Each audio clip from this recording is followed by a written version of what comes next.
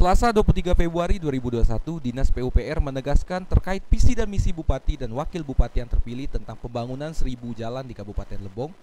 Haris Santoso selaku Kabid Bina Marga Dinas PUPR menanggapi visi dan misi tersebut. Jika 1000 jalan tersebut dibangun, maka usulan akan dimasukkan terlebih dahulu ke Bapeda. Dan di tahun ini, Dinas PUPR akan menjalankan program by aplikasi seperti Master Jaringan Jalan di Kabupaten Lebong guna untuk mengontrol dan mengevaluasi sehingga visi dan misi Bupati ini bisa dikontrol secara tersistem. Kita sama-sama tahu Pak Bupati terpilih mempunyai visi misi, salah satunya 1000 jalan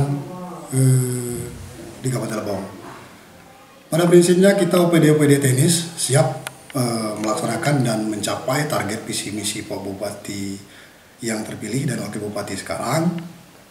Mudah-mudahan dalam masa kepemimpinan beliau ini kita mencapai target 100% sesuai dengan visi misi beliau. Tahun ini kita ada program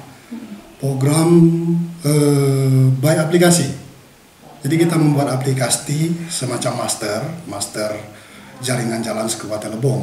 Nanti dari situ kita akan mudah untuk mengontrol dan mengevaluasi sehingga visi misi Pak Bupati ini nanti bisa dikontrol secara sistem.